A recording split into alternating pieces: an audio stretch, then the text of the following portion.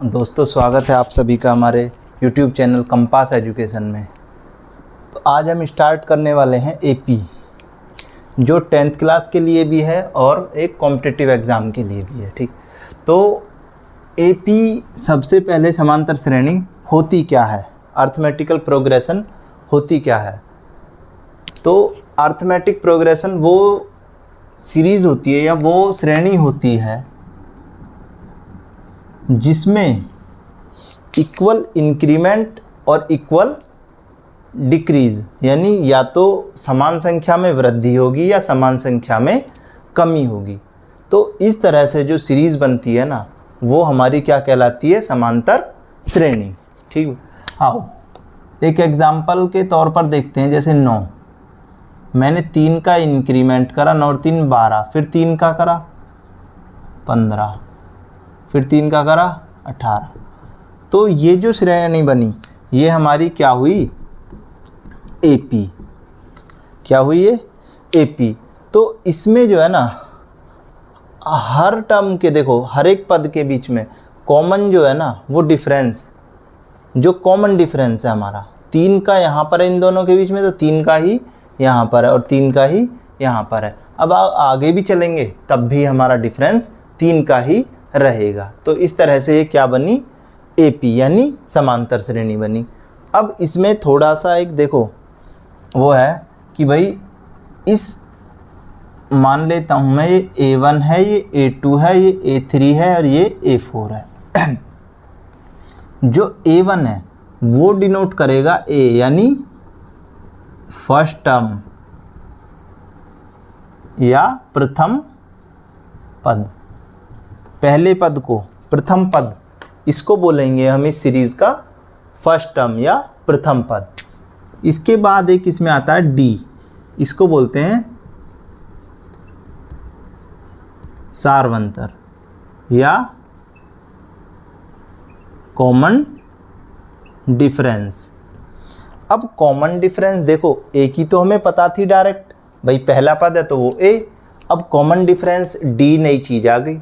अब common difference है क्या, कॉमन डिफरेंस यही है इन दो टर्मों के बीच का गैप, इन दो टर्मों के बीच का गैप, दो पदों, किन्हीं दो पदों के बीच का गैप, किन्हीं मतलब क्रमागत, दो क्रमागत पदों के बीच का गैप।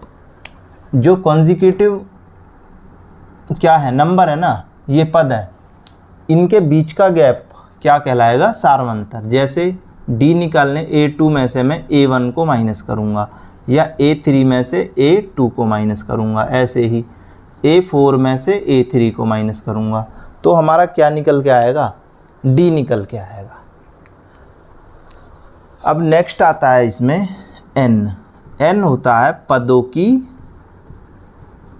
संख्या, नंबर ऑफ टर्म्स।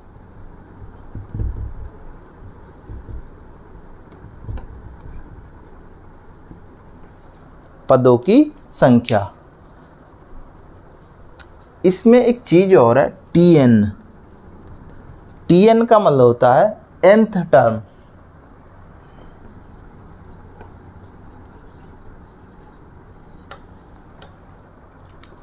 या हिंदी में बोलेंगे nवां पद,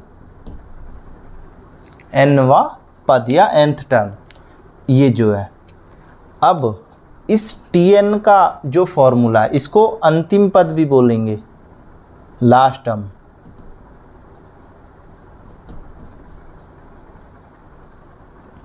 जो TN का जो फॉर्मूला बनता है ना, या TN या L का, वो बनता है यहाँ से A प्लस का n-1 इंटू डी। ठीक भाई, तो ये हमारा जो फॉर्मूला है ना, वो ये बना। अब इसी फॉर्मूले पर बेस हम क्वेश्चन करेंगे। आप यहाँ तक इसको नोट डाउन कीजिए, उसके बाद हम इस फॉर्मूले पर बेस क्वेश्चन करेंगे। चलो भाई,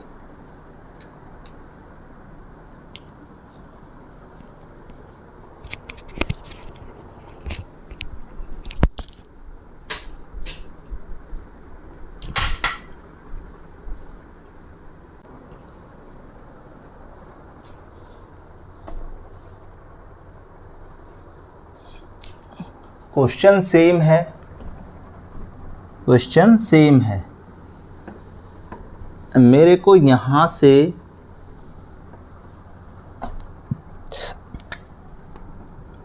T8 बताना है,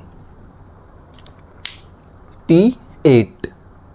तो क्या हुआ, क्या Tn, तो n की वैल्यू कितनी यहाँ पर 8, तो T8 इज इक्वल टू आ जाएगा हमारा a प्लस के n-1 इंटू डी। इसी सीरीज़ के लिए तो a कितना है यहाँ पर 9, और ये हो गया 7 इंटू 3, तो 9 प्लस 7 या 21, तो 30 आ जाएगा T8। इस सीरीज़ का जो है ना, जो हमारी सीरीज़ हमने मानी थी, इस सीरीज का 8वां पद जो है, यानी 8th टर्म जो है इसकी, वो क्या आ जाएगी 30, क्या आ जाएगी 30, जो कि हमारी ये आई। ठीक, अब नेक्स्ट क्वेश्चन देखते हैं इसके बाद। यहाँ तक आप इसको देखिए।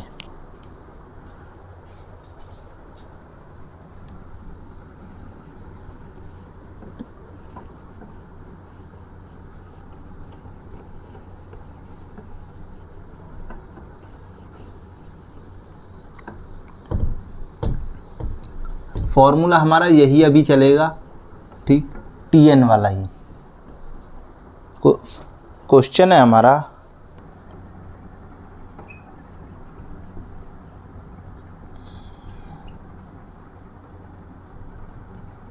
हमको बताना है इसका T12, यानी 12वां पद हमको बताना है इसमें। तो सबसे पहले A, देखो जो भी वैल्यू हमको फॉर्मूले के हिसाब से जिसकी भी नीड है ना, वो लिख लो, ठीक। उसके बाद पुट करना है। तो A की वैल्यू 7, D की वैल्यू 12 माइनस के 7, तो कितना बचा भाई 5। T12, तो N की वैल्यू 12, ये N है, किसको डिनोट कर रहा है, N को, Tn। तो T12 is equal to A plus के n-1 इंटू डी। तो T12 is equal to A कितना है 7, 12 माइनस का 1 इंटू 5, तो 7 प्लस का ये हुआ 11 into 5, 7 plus 55 is equal to 62। तो T12 यानी इस सीरीज़ का जो 12वां पद है ना, इस सीरीज़ का 12वां पद जो है वो कितना है भाई 62। चलो ठीक, इस तरीके से ये इस फॉर्मूले पर बेस्ड क्वेश्चन हमारे ख़त्म हुए। ठीक, अब इसी पर बेस्ड देखो, माइनस में भी हो सकता है क्वेश्चन, इसमें माइनस में भी हो सकता है। एक मैं माइनस का क्वेश्चन और कराता हूँ आपको, उसके बाद हम ओवर करेंगे क्लास को।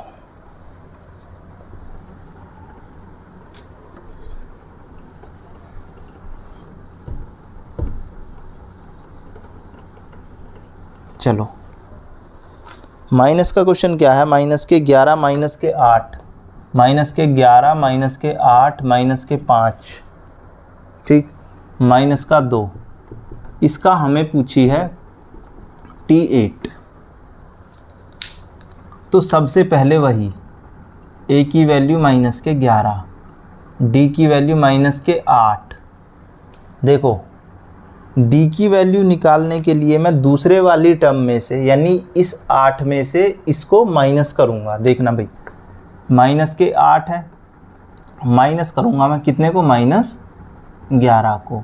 तो माइनस का 8 और माइनस माइनस प्लस हो गया 11, तो ये बचा हमारा 3। तो D की वैल्यू आई 3। देखो यहाँ पर थोड़ी सी कन्फ्यूजन वाली बात है, माइनस का 8 तो था ही, यानी दूसरे में से हम क्या माइनस कर रहे हैं, माइनस के 11, और माइनस हम करते ही हैं जो D निकालने के लिए होता है। ठीक, इसके बाद T8, तो n की वैल्यू यहाँ से 8 निकल के आ जाती है। तो T8 is equal to A plus का n-1 इंटू डी।